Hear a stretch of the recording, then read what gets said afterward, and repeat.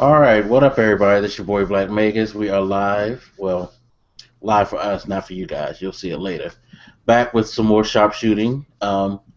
Say what's up to the crowd, Pete. Hey, what's going on, guys? Glad to be back.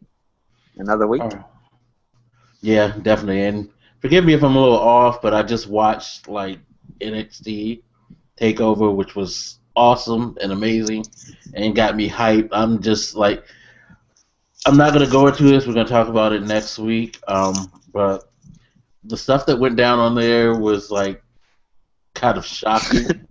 So it has me a little discombobulated, but in a good way. The way that, back in the day, WWE used to have you catch you off guard with stuff that have kind of, put it this way, it's not as big as a moment as that, but it caught you off guard the same way last year when Brock beat Undertaker caught you off guard. And some of the stuff that happened, I definitely was not expecting at all, but we'll talk about that next week. So Yeah, I'll definitely be watching it tonight. So yeah, I'm please pretty do. excited now.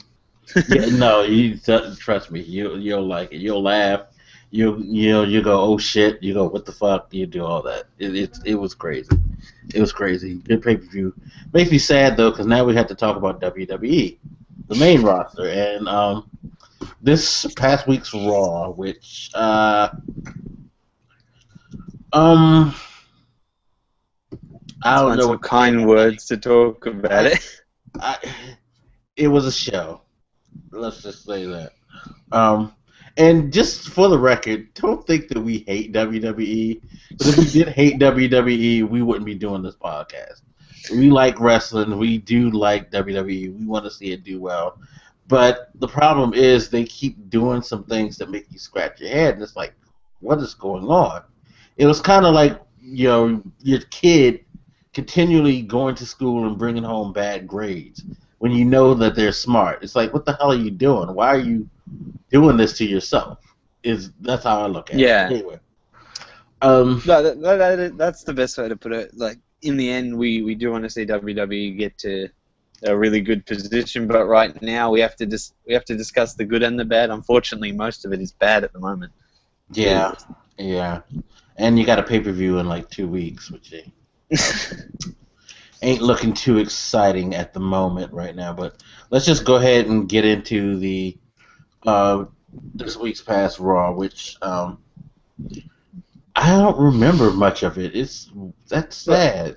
To kick off Raw, you had basically they started with that whole promo about that last week, how they went through the whole Reigns versus how Triple H came out and did the announcement that would shake the WWE universe to its core, and then he said they showed Roman Reigns come out, then Daniel Bryan and Seth Rollins, and that whole match to go to Over the Limit and versus Brock Lesnar to go to Mania, and they showed that yada yada yada went on, finished, and then Roman Reigns kicked off Raw. And the weird thing about Roman Reigns kicking off Raw was the fact that he got a kind of mixed reaction. And that's something we've been seeing even on SmackDown. I didn't watch SmackDown, but from what I heard, he got a mixed reaction there as well. So he's getting cheered. Because as we've said since the Royal Rumble, it's not that the fans hate Roman Reigns.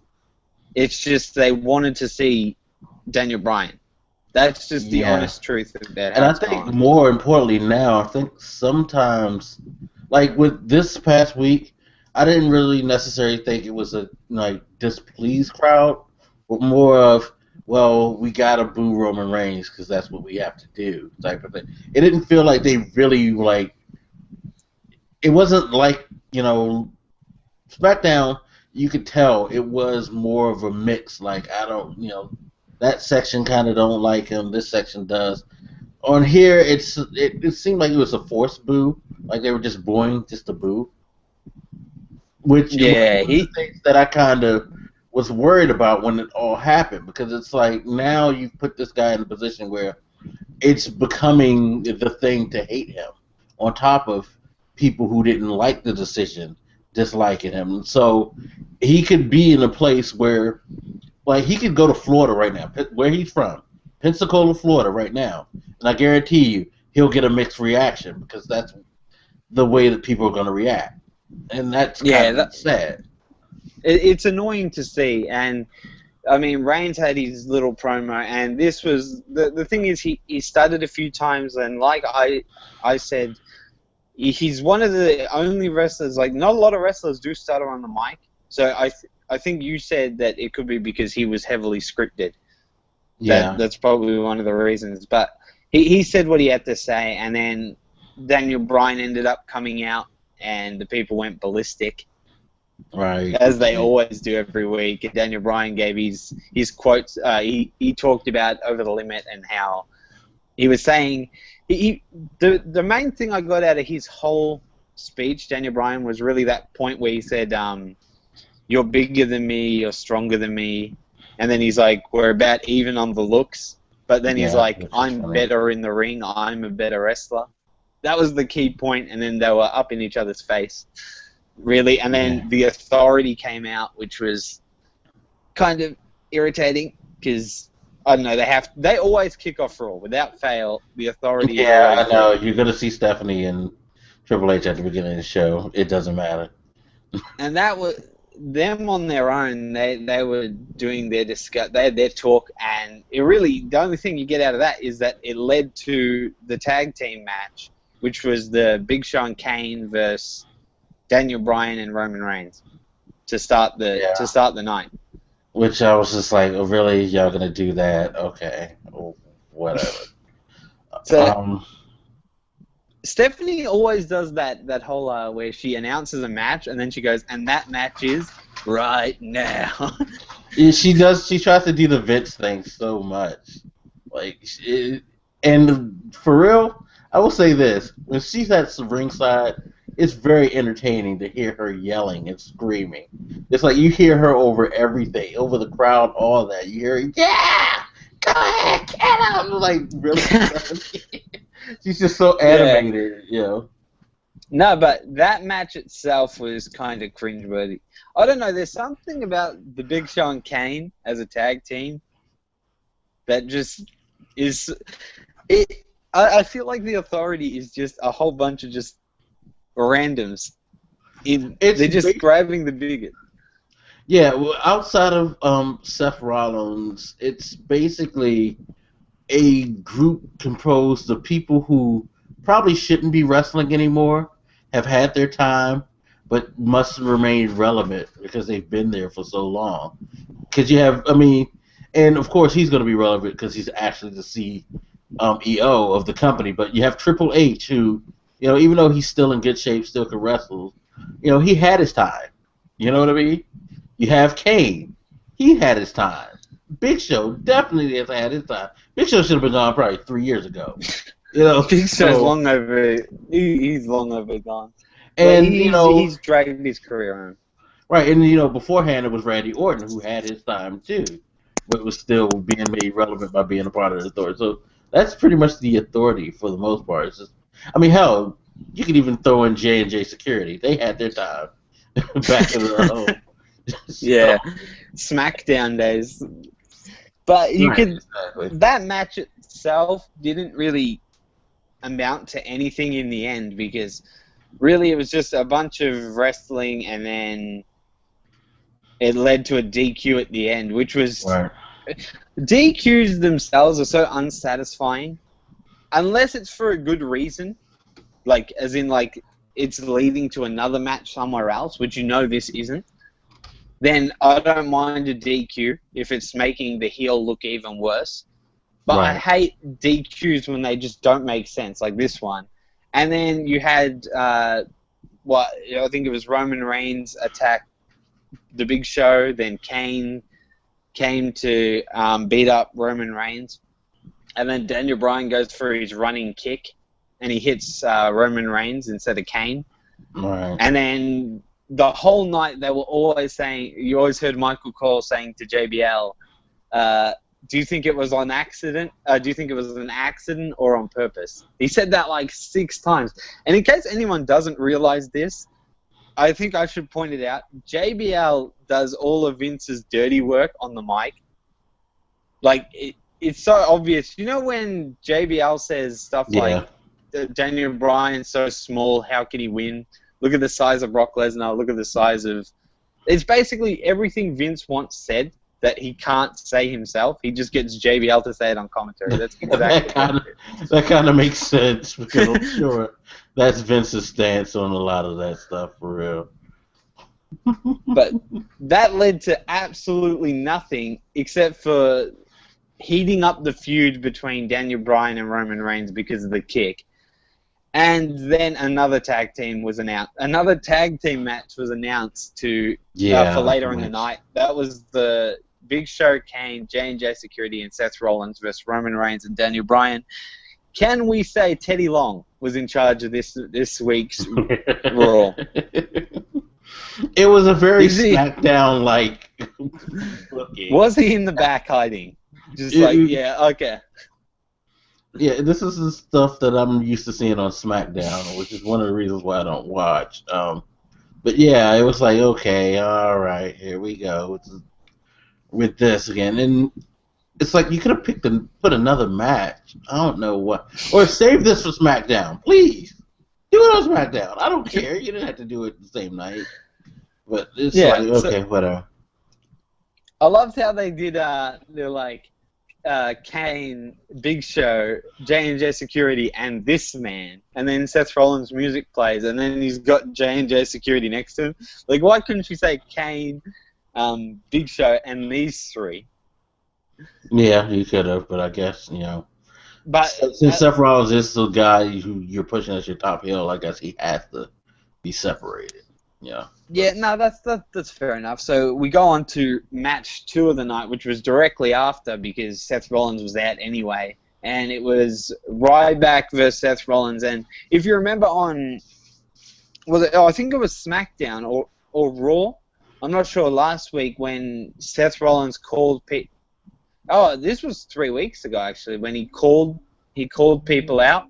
He's like, anyone on the roster that thinks they stand a chance with me, come out, and then Ryback came out. Right. And then it ended with them running. This was basically the match that they were supposed to have a few weeks ago. Right. And again, another stupid DQ match. Good God. Yeah. Pretty much all the matches were... I don't know. I really don't know. It's hard to you know what it is? It's hard to discuss, like, really fast to go in depth on a match where this match alone was the only thing you can pull from it was Ryback got a match. Yeah. Yeah, they gave him a bit of screen time. Yeah, it was just a time filler for. I mean, you had to have Seth Rollins on the main show. And yeah, Ryback's getting his face time, but it was a match that you could have left off. I feel like they don't really know how to foster their rivalries anymore. I mean, no, that's so true.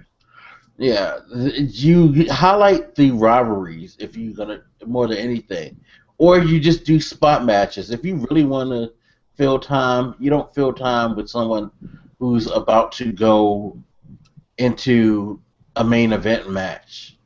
You know what I mean? It would have been one thing if that match happened before they set up this whole crazy tag team at the end, but it's just like, okay, well, you're going to be in the main event, but oh yeah, he's wrestling here first. Like, what? It was really, like you said, it's just a spot filler, and that match ended. You had Ryback going for the shell shock before J&J Security came in. I got to say though, Seth Rollins' curve stomp on Ryback was pretty intense because it looked like Ryback was just about to get up. It was like almost from the Famouser height. You know how the Famouser from that height? That's about where the curb stomp was from. And I mean, we can't really discuss that any further. But the next thing we can discuss was the Sheamus returning promo. Yeah, they're pushing that whole Sheamus return. I've heard he wants to be a heel. Yeah, I was just about to say, which is kind of, putting weight to the whole he's going to come back as a monster heel thing. because you hear him talking about how he'll fight anyone. He doesn't care. You He know, loves to he fight. It loves to doesn't fight. matter if it's in a ring, like a bar. It doesn't really matter. But Yeah. it's just interesting to think when he comes back and who he attacks. Yeah, that's the thing. If he's going to be a Monster Hill, where's the angle? Because honestly, from where he left off, his beef is with the Authority. It's not with any, unless you're going to have. Only thing I could think of is that if Cena wins the U.S. title, he's going immediately after him. What about Because I heard wasn't there rumors of Sheamus versus Daniel Bryan at Mania? That is um, you got to think I that don't know is the where that would ultimate. come from, though. But Like, if they wanted to bring him back as a heel, you throw him in at Fastlane. Whoever attacks Bryan at Fastlane is going to be the biggest of heels. yeah, but it's like out of nowhere, Sheamus, you're just going to attack Daniel Bryan. Why? Where's the True. build up to that? That's why I say, if anything, if Cena wins, then he goes after Cena, because at least you could play the angle that, hey, I joined Team Cena and I was put out on injury. See what, like, being what you got me, you know, and he's just lashing out at Cena for that. That could be the. And I mean, it's He- not a great angle, but it's the only angle I could see. But then again, it's WWE, because remember, they had Bray Wyatt come out of nowhere and attack Dean Ambrose during that cage match with Seth Rollins. So, hey, he can come out of nowhere and just attack Daniel Bryan because he just doesn't like no, short people or something like that. I don't know. they'll work out a good angle for the Sheamus promo, but I want Sheamus to be heel. I can't stand Sheamus as a face, and I think the WWE itself has too many baby faces at the moment, and they're trying to get too many people in that limelight. Like even Roman Reigns, he's not meant to be a heel. He's meant to be a baby face. Same with Ryback, same with Daniel Bryan. You had Sheamus there, John Cena's in that light. They got way too many. Where are I miss the we need the era monster of at heels. least the tweeners too. Like, I want more Monster Hills, but I need some in between people too. Like, They can snap it at any can't minute. be. That's Yeah, where Dean Ambrose should be. Dean Ambrose should yeah, be in that light. exactly. Dean Ambrose should be that. I don't. He should be in kind of that Stone Cold type of vibe where he doesn't give a damn about anybody. He's just here to fight and be the best, But I don't know. WWE they need to work that bit Again, out. But we take a page from NXT, because NXT has a bunch of people who, yeah, people like them, but at the same time, they're not necessarily 100% face or 100% baby face, So take a page from the lower level. See. yeah, keep people on the edge. So we can talk match 3, and it feels like with the WWE now. By the way, like, was it just me? Was there kind of a lot of matches? I mean, mind you, these matches most of them were garbage, but it was more than the usual 4 matches there that was they normally do. 9 matches this week. Okay, I thought there was more than the normal. Yeah, no, there was a lot. So match 3. What again? The thing I hate about Raw and the thing I'm hating about WWE in the minute is when we try and break down matches. Of those 9 matches, only 2. I could literally look at this and say 2 or 3 have any weight behind them or mean anything. So there's 6 fillers. Okay, so this we'll talk match 3. I'm not going to complain about the whole scheduling of Raw. We've done this every week. We say who's scheduling these, but we had Paige versus Brie Bella. Obviously, it's the whole leading into Over the Limit.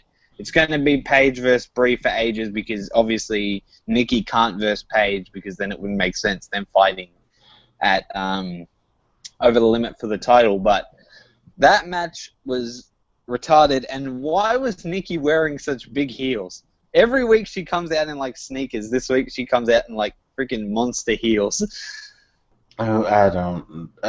I never understood her whole thing anyway. I feel like every outfit Every time she comes out, she must let you know she has those breasts. Yeah, no, that's exactly where they're going, and why they're always in green too. But Yeah. we're not gonna complain. I mean, that match again. It felt all the matches this week. I don't know what was it about them. If the superstars themselves were tired or they just didn't really care, it felt kind of lazy. And this match was sloppy in the ring. It was. Yeah. It was not very well planned, not very well put together. And Paige won with I don't know the name of her finisher. For the life of me, I The can't page remember. turner. Is it the page turner? I know one of them was called the page turner. Um, she had another one. There's Yeah, two, but yeah. yeah. She ended up picking up the win. Obviously, building momentum for Over the Limit. It's going to continue down that line. Right. Yeah, she's gonna go to Fastlane and lose. That's the sad thing. I hate when they do that. But the Divas division itself, it just pisses me off completely. We've spoken about this many times, how much it just annoys me. So we're just going to move, and this is probably where the main chunk of our talking is going to come from for anyone watching, because honestly, this was this and another part later on that we'll discuss were my highlights. But the Rusev honoring John Cena's career, sort of, I thought Yeah, that was awesome.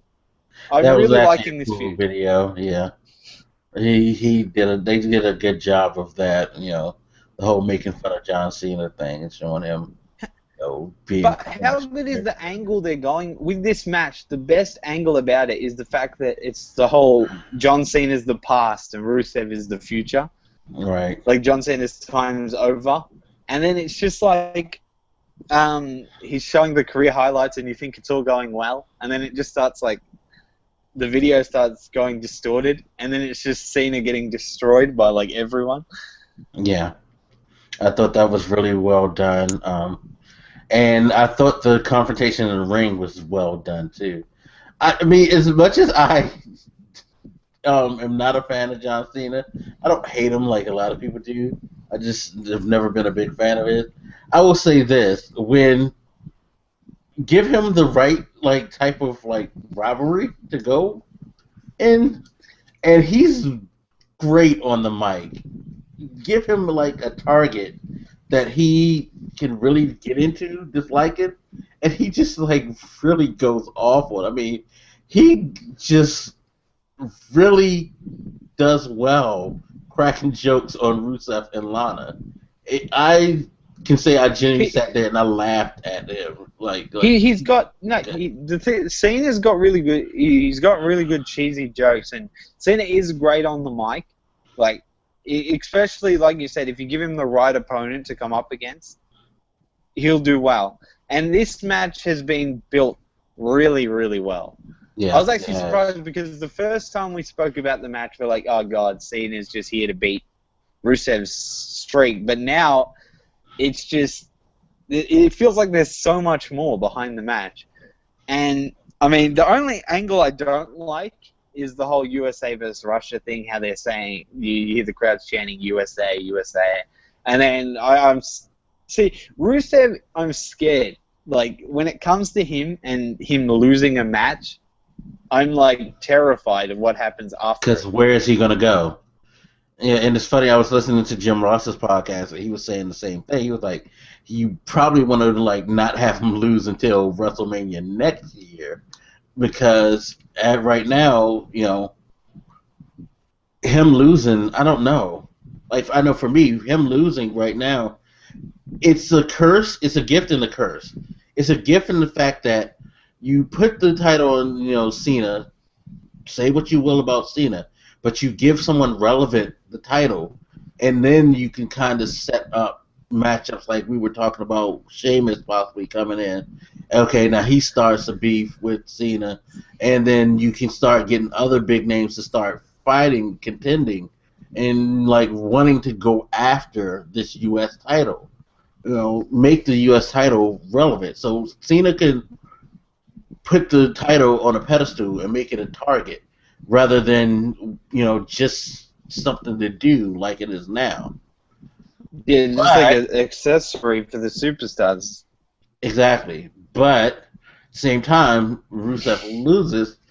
So what's his angle? Where's he going?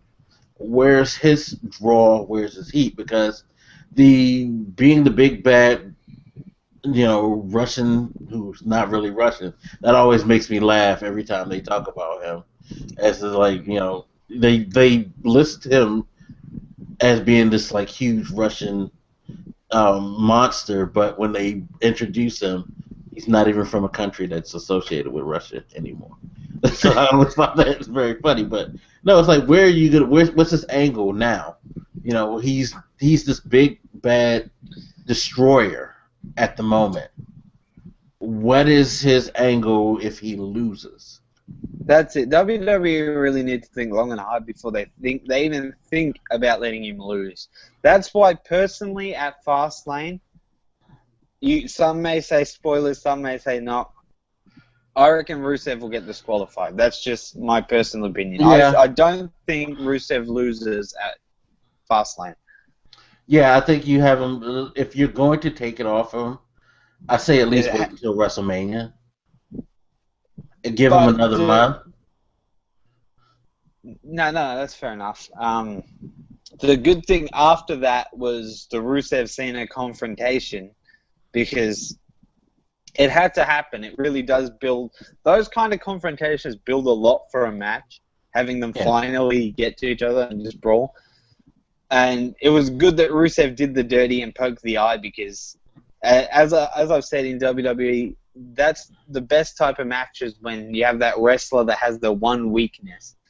And you have that superstar just target it. The heel always has to target that one weakness that stands out. And it was good that Rusev did it. I did think Rusev was going to do the accolade, but he didn't. So I think that was the only... Yeah, they stopped him from doing it, yeah.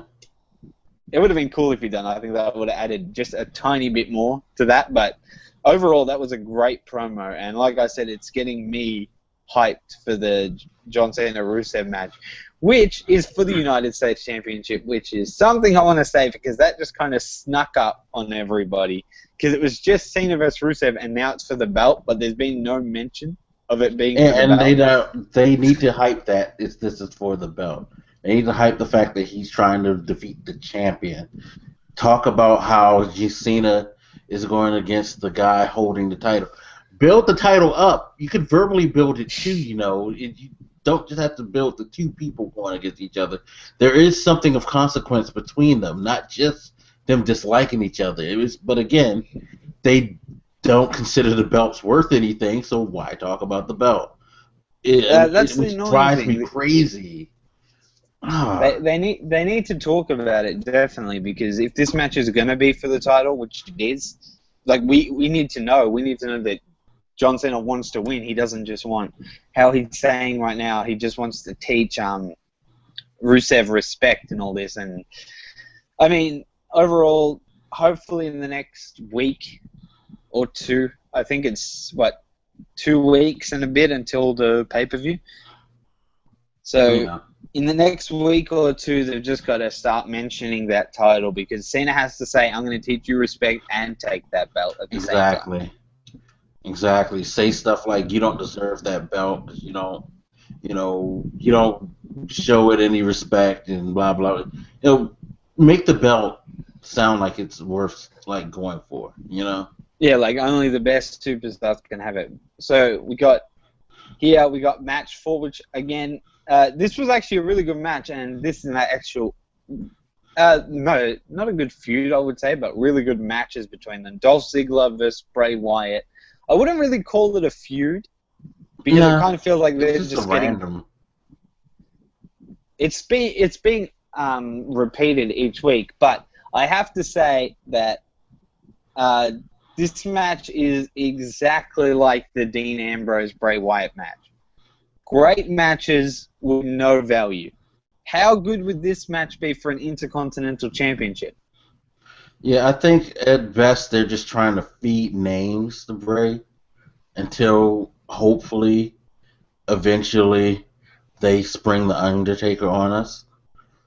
At least that's the only thing, because it's like you have him doing these matches where he's having these great matches and he ends up, for the most part, destroying people. Yeah, And then he's he winning cuts these. against Dolph Ziggler. He's winning convincingly too. It's not like Yeah. he's pulling a win out of nowhere. No, this man's like demolishing him, and this match was no exception because once he did that clothesline outside the ring, I actually thought Dolph Ziggler was knocked out. Like, Dolph Ziggler just swings his head back. It's not even the moves that worry me about Dolph Ziggler. It's himself. It is literally himself. When he does moves like, when he gets clothesline and stuff, he just like gets his head knocked off. Yeah. We'll have to see what this is going to amount to. Because for Dolph, not for Dolph, but for Bray, he needs to find a spot in WrestleMania. I don't care if he doesn't wrestle in Fastlane. He doesn't need to be there. But I need him to find his place for WrestleMania because he deserves a big WrestleMania match again. And, even though he wouldn't beat The Undertaker, at least I don't think they'd let him beat The Undertaker at WrestleMania. I would like to at least see him, get that opportunity or get a match that's believable enough that he can win. Because he doesn't need to just be doing random stuff. This is the problem with WWE and how they align all their superstars. They don't really know how to write more than, I'd say, 2, maybe 3 storylines. They need to learn how to write more than a couple of storylines. Then he'd be fine, I think.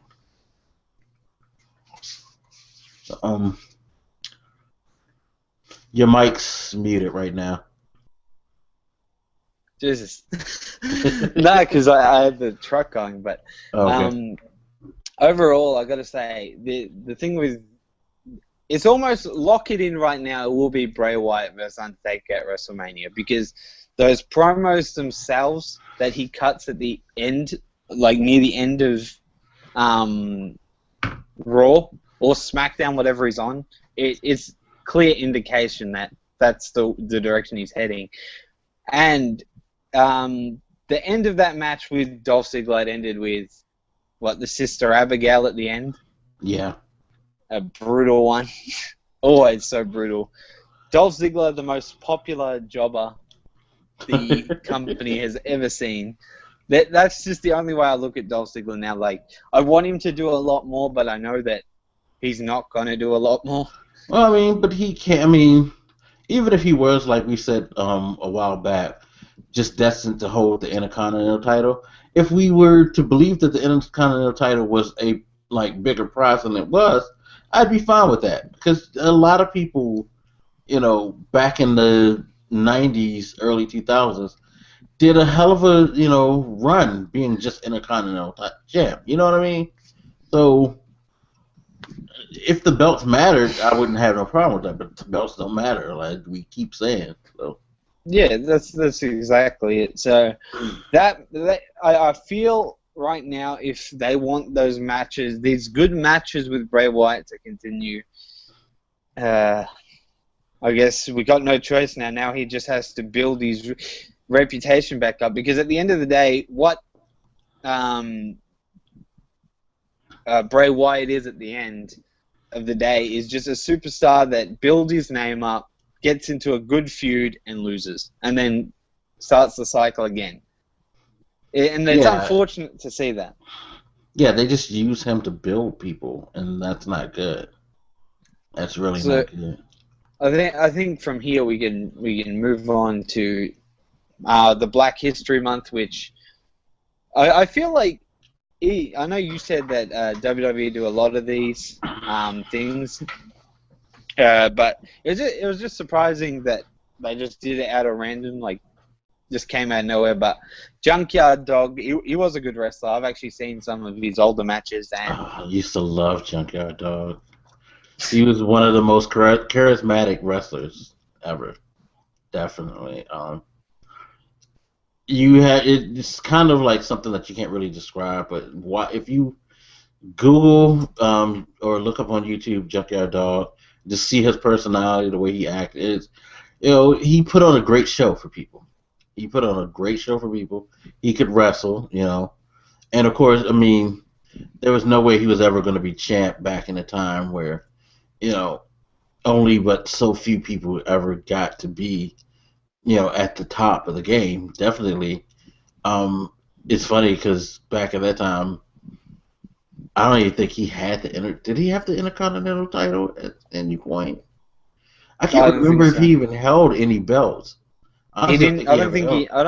I don't think he held a belt in the WWE. He held one outside in Yeah, like another in the wrestling. lower, you know, the territories and stuff like that. But yeah, I don't think he ever held a WWE belt, but he was always a really, really popular character, nonetheless. But the thing about that time is, in a sense, like he didn't even need to hold a belt to have the outstanding career that he did. And it Yeah, wasn't just his work in ring that was good; it was outside the ring.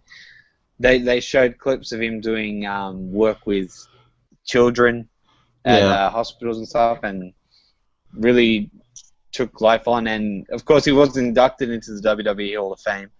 I think right, 2004, I believe.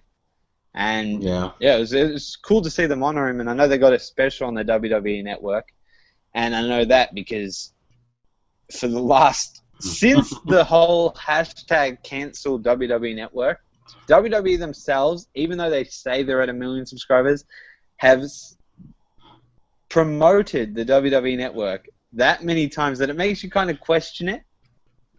Doesn't it? Like, Well, in they a always way, kind of push it way too hard to begin with, in my opinion. Anyway, I was just during the whole NXT takeover, I was tweeting with somebody about it. He was tweeting how, like, you know, the announcers on NXT are really, really loud when they speak, and I was like, well, I'd rather be loud them to be loud and talking about wrestling and the match than to tell all these corny jokes and to continue to try to sell me something like they do on WWE shows, which is what they do with their commentary. You know, you will hear WWE Network, I would say at least 20 times per show, probably more like 20 times per hour, because they talk that thing up to death. If it's not the network, it's the app. If it's not the app, it's Total Divas. If it's not Total Divas, it's one of the phone apps like Immortals or the card game you were telling me about. All yeah, they WWE. do is plug stuff on that show. It's ridiculous. It's totally fucking ridiculous. They don't even sell what's going on. They just want to sell you product. No, but that's so true. And like I said, they got this special on the WWE month. So, like we have said since the beginning of February, which would have been last week's podcast, sign up for the WWE Network right now. It's like it is free, so why not get the pay-per-view free? Cancel your subscription at the end. Yeah. Yeah. Take a free pay-per-view. No one can complain about a free live pay-per-view at the end of the day. Exactly. It may And not be you a get good to pay see, per view, but it'll be free. and you get NXT rivals. Take it or leave it. Yeah, So definitely, because I could definitely endorse that. Yeah. so let's move on to another magical moment on Raw. It had to have. When I say magical moment now, everyone knows it's Paul Heyman.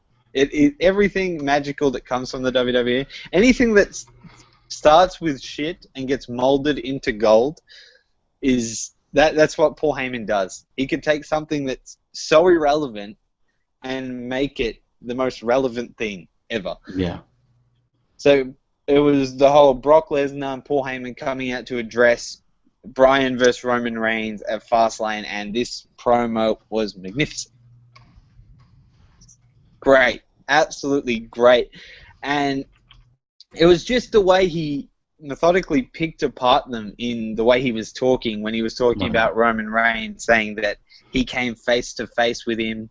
This guy's part of the deadliest tribe in Samoa. And then it's just like, look at Brock Lesnar. Now think about Daniel Bryan. Now look at Brock Lesnar. Right. The whole like yellow streak down his leg thing. That was Oh yeah, hilarious. that's not pineapple juice. It's funny when he's just like, do you think that Daniel Bryan has a chance against Brock Lesnar? And then everyone's like, yes, yes, and you hear some no's in there. Yeah, Paul But Heyman knows how to work a crowd. He's great. he knows how to work the mic. Some of the best mic work in the WWE. I said, me personally, he's the best I've seen on the mic, just in general. It would, if we could only take his ability and give it to a superstar. Like, if Brock Lesnar had Paul Heyman's mic work plus his in-ring capabilities, holy shit. Yeah. Holy shit. I definitely agree. If any wrestler right now had his mic work, I mean, not even all of it, just give them like a quarter of his like ability on the mic, and that would just go a long way. That would go a hell of a long way. I mean, he's amazing when he's doing pro. He, And that's why I know Brock has to be loving that situation, that they have that working relationship, because Brock doesn't have to do anything. It's like we all believe in the whole Brock being the beast that can't be stopped, not because of just some of the stuff that Brock does in the ring. Definitely not because of what Brock says, because Brock doesn't say shit. Paul Heyman has made this guy like a fucking, legend just by his mic work alone. yeah, he took him at the start, even back in the day with Brock Lesnar, in his early stages in WWE. The work that Paul Heyman did, it built Brock up so much, and really, I would go as far to say that Brock Lesnar's impact in the WWE would not have been the same without Paul Heyman. I personally believe that. Yeah, so, I agree. Paul Heyman he elevates people. I mean, hell, we could say for a brief time he made Ryback and Curtis Axel a thing when he was like their manager. So he can do it to anybody. If you can get Ryback to the work, you can do just about anything. What did I say? He molds shit into gold, and that's the truth. So, I'll announce the fifth match, and then you can discuss it because I just hate talking about it. All right, so match 5 of the night was New Day, Kofi and Big E versus Stardust and Goldust. Well, see, that's the thing. It wasn't even a match because, as usual, leading up to the whole split, Cody whacks out. I forgot, what is it that he exactly did? He tagged himself in, and he hit a move, and then he tagged Goldust in, and then he left him hanging, and Goldust got beat, and then, that was it. It wasn't even a match. I think the match, quote unquote, may have been 2 minutes. It really, it was mostly just about getting to the point where they can go backstage so they can start the argument again and build heat to the whole something's going to happen, they're going to break up. Before we talk about that backstage thing, I think the 2 things that annoyed me in this match was another roll-up win, which seems to be trending ridiculously in the WWE right now. Roll-up wins just keep happening. And the whole, when they come out and they say, New Day. Okay. New Day. I'm glad you said that, because I was going to go back to that. That would be the only thing about this whole situation that I want to discuss. It's funny because I said to a friend of mine, I was like, this is Black History Month in the United States. At least have the decency not to do this clown shit during like an important African American, month. Something that you should take a little bit serious. They're clowns. They are really, really clowns right now, and it disgusts me to see them being clowns because they're good in-ring performers and they have good personalities. They don't need this. This whole New Day thing, the coming out, trying to hype the crowd, and all of that with the gospel music and the dancing and all of that. No. It's unnecessary. Vince, seriously, Vince, you do realize that this is, not 1984, 85. You don't have to have these type of gimmicks anymore. You can actually send these 3 out as a clique and not have that goofiness going on. It's ridiculous. It's disrespectful to them. It's disrespectful to the fans who don't appreciate that. It's just not good. It's not good. It's not helping. All you're doing is burying three people's careers, and that's a Just shame. that's it. That's the end of it. Like that tag team, that stable needs to split. It's doing nothing for any of them. It does not keep them relevant. It's just annoying every week, and you can tell the crowd themselves don't even know how to react to it because it's one of the. It could be one of the top 10 worst gimmicks I've seen. Like worst attempts to get like a superstar big in a way. It's disgusting to see. So I just want to quickly, before we leave this match behind, just touch on the whole Cody Goldust backstage. And it's been happening a lot, and they showed last week when Goldust called Stardust Cody, and then he got angry and said, He does a little cat hiss. yeah, he's like, I'm Stardust, Cat hiss like kills me. it's Stardust. And then you had this week, he's like, I'm not talking to you as Goldust, it's Dustin. And then it's just like, and you're Cody. And then he just pushes him over, and he's like, Cody's dead. Right. And, I mean, I've been calling it since the start that they're going to split and they're going to be versing at WrestleMania. I don't know if they'll be versing at Fastlane. That's the only thing. No, I don't think it's gonna happen at Fastlane. I feel like they're gonna have a match, probably not during, but probably like the dark match will probably be them fighting somebody. Like it'll probably be them against New Day again, since they like to throw New Day in the dark matches. Um, and then that shit Probably blows up because again. it's probably because New Day themselves just don't sell. They can't make a match relevant with them three. Yeah, well, The gimmick is weighing them down. yeah, it is. It definitely is. Especially Xavier Woods. Xavier Woods just, I feel mostly for him because since they brought him up from NXT, they have done absolutely nothing to have him make an impression at all. I mean, all he's done since coming back, well, he worked a bit with R-Truth, which is a career death sentence. Yeah. That's the easiest way to put it. And now he's in this, which is even worse. If it's not bad enough working alongside R-Truth, now you're in this.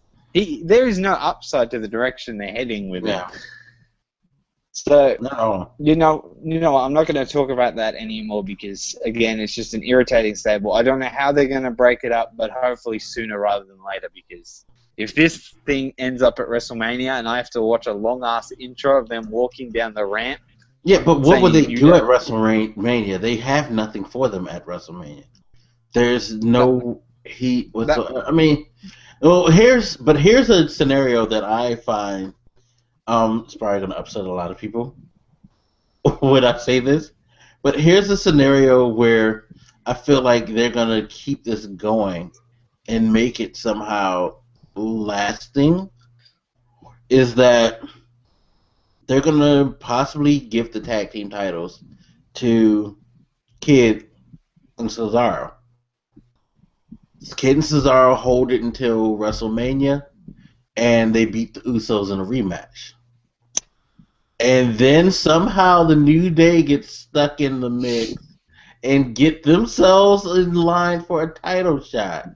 So God, that they no, can, please. and then they possibly get the belt and they have the three-man tag team champions like they used to have back in the past. Because I really feel like that's what Vince kind of wants. Is kind of to have this three-man tag team champion type of scenario. Like, I think one day Vince probably sat and watched the WWE Network and looked at something like, I think the Fabulous Freebirds were a three-man tag team. And he probably was like, hey, I remember we should do that. Let's do this with them. I don't know what it is, but I just have a sinking suspicion that one of these days these guys are going to get a title shot. They're going to keep them together long enough to at least give them a title shot, I think. let's just really, really, really, really hope some more, and then pray some more that is not the case. And with that said, we will go to, which will be most everyone can agree this was probably the highlight of the night, which is in the thumbnail actually for this video. It was Triple H demanding Sting's response. He wants Sting to say if he's going to fight him at Over the Limit, and to be honest, I didn't think anything would come of it.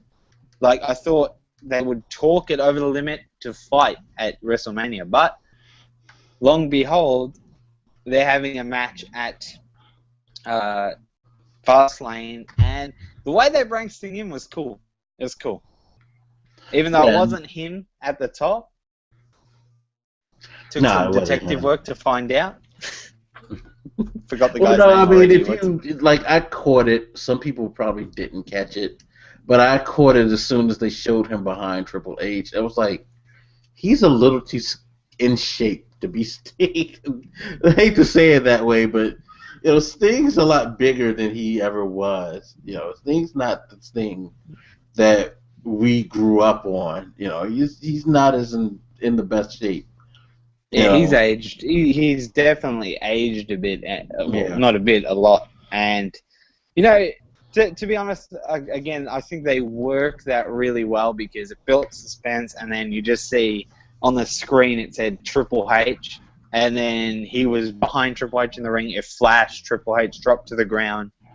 He was gone when the lights came back on, and then it said, I accept.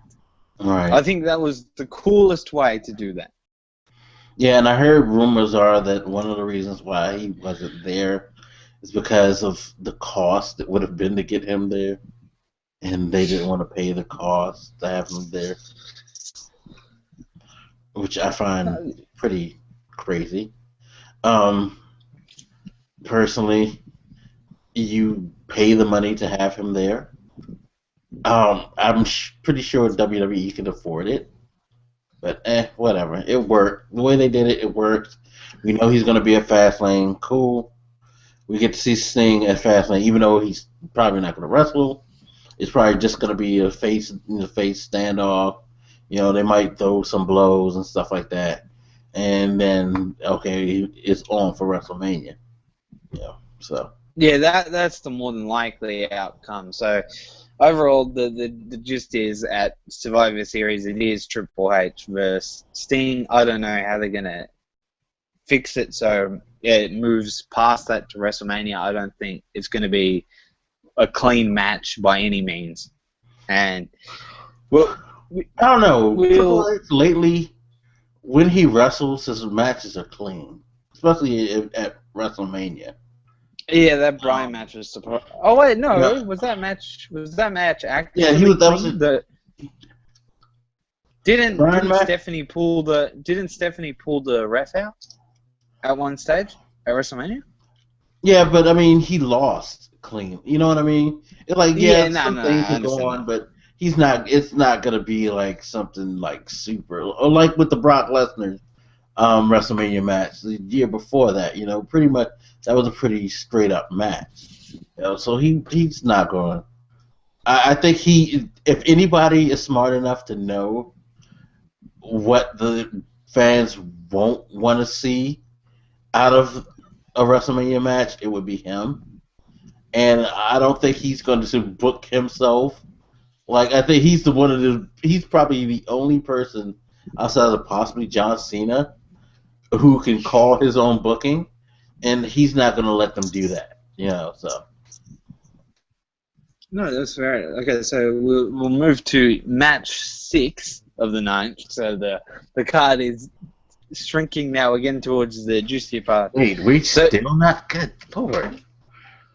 So we have the Usos versus Cesaro and Kid, and at the start, Michael Cole does say if Cesaro and Kid manage to pick up this win, they're in line for a title shot, which is guaranteed to be happening at Over the Limit. And that was something we all knew that was going to happen anyway. Let's be real. Because you had Cesaro beating Jimmy and Tyson Kidd beating Jay, and then they've been beating the Usos constantly for the last few weeks. And this match was not It's actually not that bad because I don't mind seeing Cesaro and Kid. I think they work well as a tag team, and the Usos themselves, when they have some good competitors to go against, they're not stale. They're not bad to see. Yeah, if they have someone to help carry a match a little bit for them, So this match is actually looking good. It looks like an actual tag team title match. The ending of the match for me for this one was a bit. I don't know what word to use. It was just, I think lackluster is the best way to put it because it ended with Cesaro pushing Jay off the rope. And that was it. Like, Jay just, like, once he got pushed off, he fell, and then he got pinned 1, 2, 3. Like, there was no finisher, just you've been pushed off the ropes. Every week we see someone get pushed off the top rope, and they get straight back up. But this one, he was pinned. It is so frustrating when normal moves that are used in everyday matches are pinning moves. For example, as we talked about in NXT, the Bailey to belly. That move is used the worst universally. Like, say, by the way, the reason I keep looking to my left is because NXT replay came on, and I can't stop myself. I'm gonna turn my TV off and try not to look to the left. That was really good. Anyway. That is the worst finisher. Bailey to belly is the worst finisher I've seen since probably the flying forearm. It's basically you're going back to the days of the leg drop by Hulk Hogan. You know what I mean? Why do it at all? No. But right now, they could have so much, like, get a new move, honestly, belly to belly. Same with this match. Should have ended, even an uppercut by Cesaro would have been a lot more pleasing than getting pushed off the top rope. And, you know, the thing that made me cringe the most out of this is, so the Usos lose this match. And Cesaro and Kid, obviously, they do their thing where they, like, kind of run out of the ring because they won, in a way, dirty. Right. And they run out of the ring, they're gone. And then instantly, while they're in the ring, it just cuts to the third inductee into the WWE Hall of Fame of 2015, which was Rikishi. Yeah. For all of you that don't know, which everyone should because it actually says it during the video, the Usos are Rikishi's twin sons. And I thought it's awesome that Rikishi got into the WWE Hall of Fame. Yeah, it was a surprise too to me. Like, yeah, he wasn't one I expected to go in this year. I mean, his career highlights hilarious. The stink face, his dancing, those hideous yellow glasses. Just him in general was great, honestly. And like I said, it was a bit cringeworthy because once that ended and they did what they did to show him getting inducted into the Hall of Fame, you just had like the Usos in the ring cheering. It's like, you guys just lost the match. You just lost the match. Hey, it's a happy moment. Like, yeah, it was poor time, in my opinion, poor timing. Very poor timing. It was either do it before the match or wait until like a segment passed and then do it, and then maybe have them backstage celebrating. Then, like, give it a little breathing time. It was just poor programming. They just lost the match and have basically now Cesaro and Kid guaranteed a tag team title shot, and they're celebrating. Poor timing, cringeworthy, all that good stuff. But happy to see Rikishi going in, and that's always good. So we'll move to match 7. This one will be a lot faster coverage because it is Sin Cara versus Mizdow, and it was cool to see Mizdow in the ring, don't get me wrong. And I just didn't like, again, I feel like The Miz is really, really a massive anchor for Damien Sandow. He is. He's an anchor with anybody who ties themselves to him right now. I mean, I'm sorry, but if I've said this before, and I'll continually say it until it finally happens. If anyone is done in the WWE, it's The Miz. I would rather see R-Truth every week than him. That's saying something. I'd say that, and I'm not a bashing R-Truth because I used to be an R-Truth fan at one point, but yeah, the Miz is about as relevant as R-Truth. Hell, bring me Diamond Dallas Page back, please, and put him on every week and replace the Miz. I would rather see that.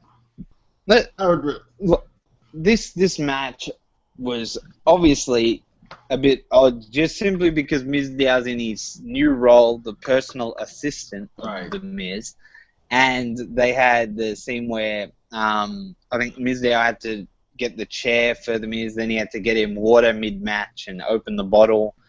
Yeah. And then I did think it was cool, however, when Mizdow went for the figure four, and then the Miz came up and he's like, no, get your own moves.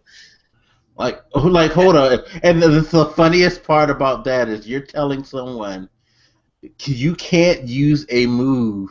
And he actually said, I made that move popular. And I was sitting there like, I'm done. Really? You did not say that you made the move that Ric Flair blessed you with popular. Okay. He made it famous. But like I said before we started discussing, before we went live, that the thing with the Miz, it doesn't make sense for him to have the move. It honestly does not make sense. And for him to say something like that just annoyed the crap out of me. And he's so bad at it. He's horrible. I'm not going to... this match just needs to just go because... Okay, so off the distraction, obviously, of the Miz basically saying, you can't use my move. Mizdow doesn't win the match. Sin Cara wins with a roll-up. Low-key, Sin Cara's on a win streak. He defeated Wade Barrett. He defeated The Miz, and now he's defeated Mizdow. That's 3 wins. 3 horrible, horrible wins because Sin Cara... I don't know why, for someone that athletic, he seems so lazy. Like, he does not care at the moment. He does not care one bit about the section that he's in the WWE. It's probably because what he's in is a joke. Because he botches moves. He does. Yeah. And he's just lazy. And just break up the Miz and Mizdow. Sin Cara can keep... I don't know what that win streak does for him at all. I don't think it even means anything. It's just he keeps winning by roll-ups. And like I said, roll-ups seem to be a trending thing in the WWE. Yeah. So we're not even going to discuss that match any further. Just hurry up and break the Miz and Mizdow up. Let's talk. Get Damon Sandow by himself and let him go on his own. Let's talk the Bray Wyatt promo. The other cryptic message, the cryptic, not so cryptic message, especially this one where he pretty much spoke about being dead and how there's no death for people like us. This is hell for us and all of that. He's basically just dropping, seeds of the Undertaker. It's extra obvious now that he's hinting up the Undertaker. The only other person he could be talking about is Kane, and that's only if Kane does a turn back to the old Kane with the mask and all that. So, man, I miss the old Kane. The new one, corporate Kane, sucks ass. The Bray Wyatt's promos are spot on though. Like, yeah, they are. And he keeps saying "find me," like, just magic. And I would love. As much as I know that if Bray Wyatt and Undertaker versus Mania, that Bray Wyatt's going to lose, I still want to see the match. Yeah, because it's the Undertaker, and we all want to see the Undertaker WrestleMania match. Anything, put him back on a streak, even though it's not going to be a long streak this time, because he's pretty much near the end. Yeah, definitely. It would be nice. It would be nice to see his last WrestleMania match a win, if anything. Yeah. Let's discuss the 8th match of the night, and I think this match can be summarized still not by. Done? Jeez. We sure that suck. We sure haven't talked about it a lot. No jokes here, but man, I gotta say this match can only be summed up by #Axelmania. Yeah, Dean I mean Ambrose could it's have done sad that something. he's still getting buried, but it's great that he's still playing up the whole "I should be in a Royal Rumble" thing. I I'm should glad be in he's doing Mania. that. Yeah, I'm Yeah. just glad it gives him, something to talk about. Maybe on Uh, SmackDown, give him a win. Let him get a couple of wins. Come on.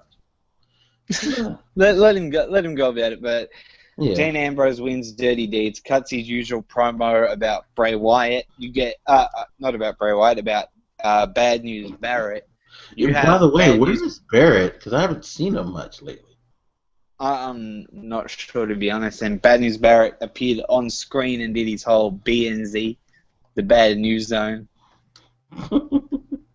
I mean, if anyone didn't know, TMZ, Yeah, BNZ. basically, yeah. And he said that he's not getting a title. He's not worthy enough of a title shot. That was basically the gist. And Dean Ambrose is like basically going to be a wrecking ball until he gets that shot for the title. And I mean, that's all.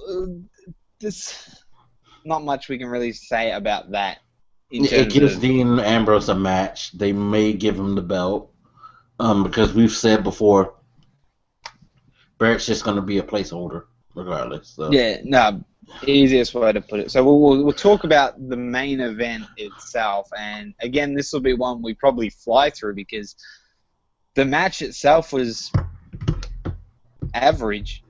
yeah, Because it's a multi-tag team. So you had Roman Reigns and Daniel Bryan versus Kane, Big Show, J&J Security, and Seth Rollins. And straight away when they get in the ring, once they get to the ring, they surround it. You had Daniel Bryan and Roman Reigns in the ring. They get messed up. I'm pretty sure Roman Reigns got double choke slammed by Kane and the Big Show. Then they yeah. roll him out Basically, the he ring. gets like destroyed, and he's gone. And I had a real big problem with that because again, you want this kid to get over. Let him show do something It should have to get been. himself It could have been over. the other way around. It could have been the other Yeah, way around. it should So have been because Daniel Bryan, we know he can work and that he can do the defy all odds thing. I need to see Roman Reigns put on a good match in the ring. Him just laying on the ground for the most part does nothing at all for him. So in the just the match you had, obviously Roman Reigns is out. He got choke slammed, and then you have Daniel Bryan versus basically everyone. They're just tagging. You hear them cheering. I mean, the coolest moment at the time was when Jamie Noble came out, and he was loving life in the ring. Let's not lie. Yeah, he was. I thought it was pretty cool, like having him come out, and again, it was basically a hideous match until Kane. I think Kane does a choke slam, and then he goes for the pin on Bryan, and then Roman Reigns breaks it up. And as soon as that happens, they all come in. Roman Reigns gets knocked out, punched again, rolled Right, out it the kicked ring. out. It's like, what are you even there for? You know what? You're not That's even doing. What are you here for? That's how it felt. And then you had they went outside the ring and they were basically teasing that they were going to put Daniel Bryan through the table. And that Right. was the announce table. That was the way it was heading. You had Ryback's music hit. Ryback, Ziggler, Eric Rowan come out.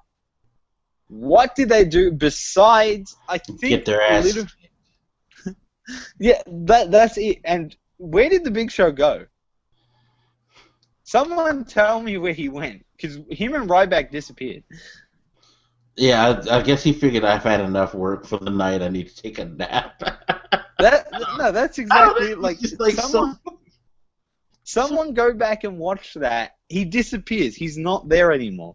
Then you had Kane ended up beating the shit out of Ziggler, and as I've said, Ziggler is the glorified jobber because he got destroyed. He's just laying there. Right. Then Kane goes and gets Eric Rowan, and then Dolph Ziggler, in the meantime, is doing his work in the ring, and he's setting up for his little running knee, and then Roman Reigns steals basically tags himself in. He's holding his arm because he's completely messed up, and spears. Who did he spear in the end? Was it Joey Mercury? I think it was. I don't think it was one of... I'm pretty sure it was Joey Mercury. I thought it was Seth, but who knows? At that point, I What's mean, that? it doesn't really matter who he speared. All we know is he speared someone, got the 1, 2, 3. The No, guy it maybe was... did. He may have done 5 moves in the entire match. I don't even think he did 5 moves in the entire match.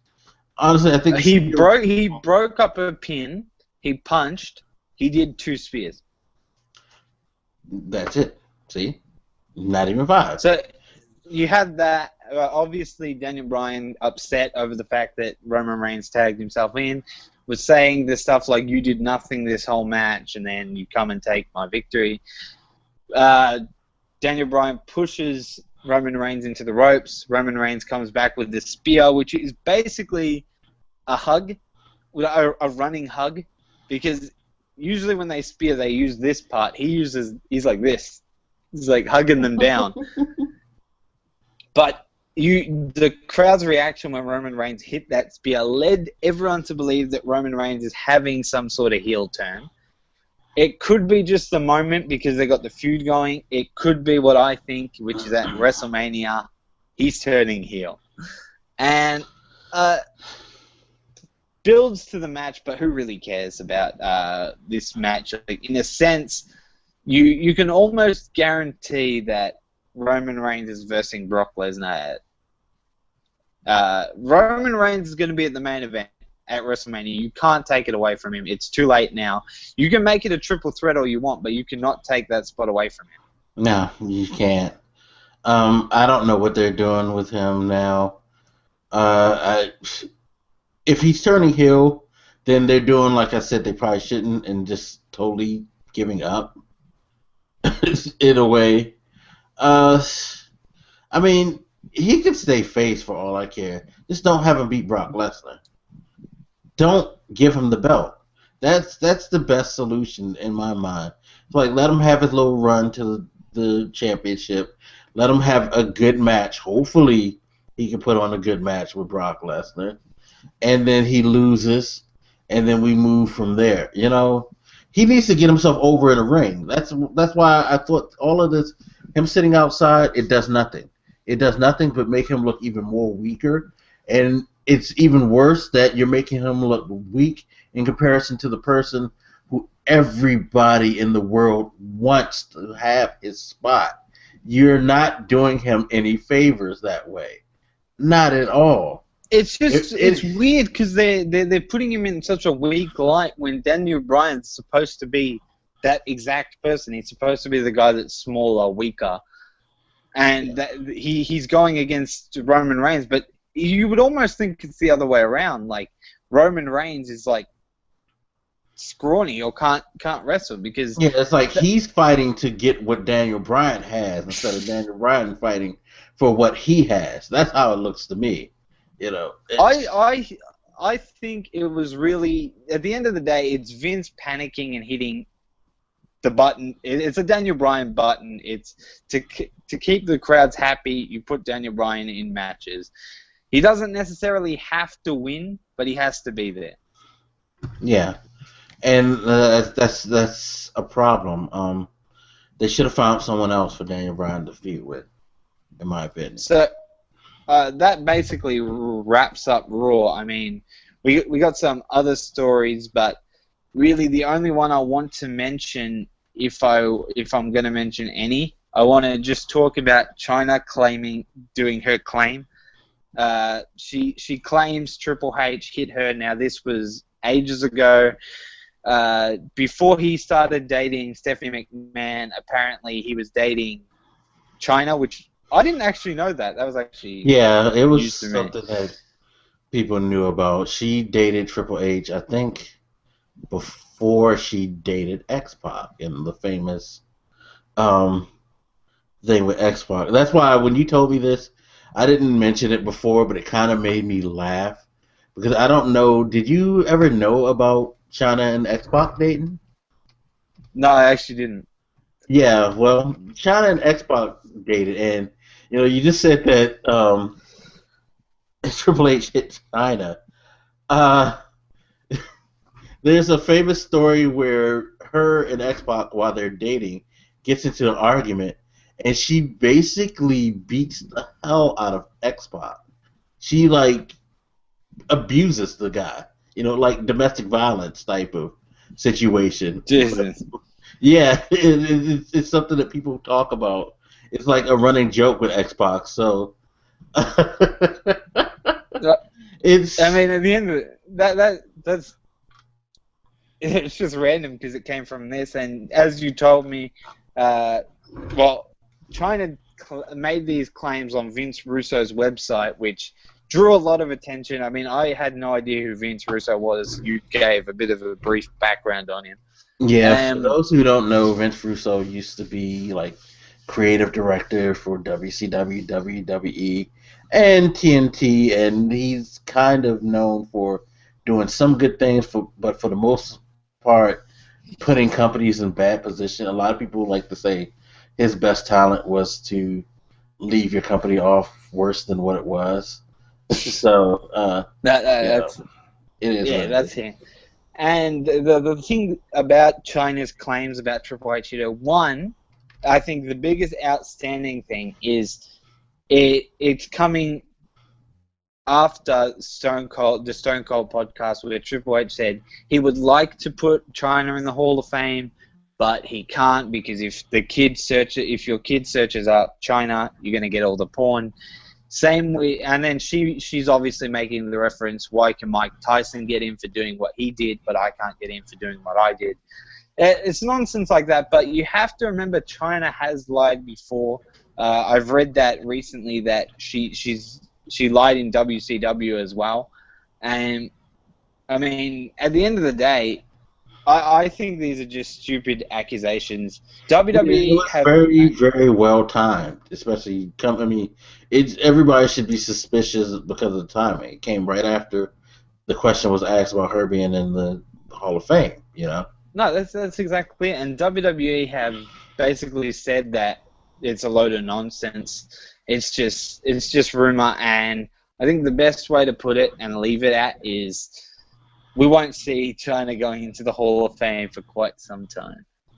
I don't know if it's going to be that long. I think what Triple H said is true. It's like if they could figure out something, they would. I don't think he has an issue with it. I don't think he would have an issue with it now, even after her saying that, because he's smart enough to look past all of that stuff and to realize where it's coming from. I mean, she didn't like what he said, which, to be quite honest, I don't think he said anything that bad, other than that, unfortunately, there's things that she's done since she left that people are going to look at and wonder whether or not they should have that in the Hall of Fame. I mean, let's be honest, she became a porn star after she left WWE, and WWE's. Go ahead. I heard rumor that I think WWE said at the moment she's struggling. I don't know if it's financially or just mentally or anything. So maybe that's her statement. I mean, at the end of the day, there's nothing you can really say about what she said. Like you said, it's timing is everything, and she said it at such a odd time. Just right after the podcast. Come on now. Yeah, it was very, very contrived, but it is what it is. We'll see. I mean, they've burnt bridges and built them back before. They can do that with her. I'm sure if it becomes a situation of finances, I'm sure they could figure out a way of getting her to agree to it. Yeah, definitely. WWE have money in all the right places. So that basically wraps up our Raw coverage. Next week we will have more than likely Curtis on. Definitely going to be talking about the NXT takeover. Yes. I don't know if we'll do that. I don't know if we'll do that separately or within a Raw review. We'll have to discuss that further. But yeah. Do you have anything to add for this week? No, that's pretty much it. Another pretty mediocre show, leading up to what they're building to be a kind of mediocre pay-per-view. Yeah, awesome. But hey, it is what it is.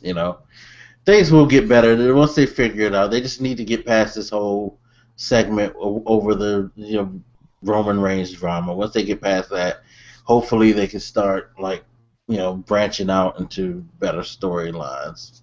Yeah, we need that. We need that light at the end of the tunnel. Yeah, one thing I will say is that we need to start getting past the Roman Reigns one and just go along with the ride. It's done. It's over. Keep being angry about it. It's not going to help because it's just causing them to, like you said before, hit the panic button and to do more stupid things and just to make the product worse. So just like say whatever to that whole situation and let them at least get back to doing something a lot more smoother than what they are now. Please, for the love of God, because I'm getting tired of these shows right now. But that's about it. Say goodbye to the people, Pete. All right, thank you all for watching, and we'll catch you on the next Sharpshootin podcast, guys. All right, and thank you from me as well. Hope you guys enjoyed the show, and we will see you next week. Peace.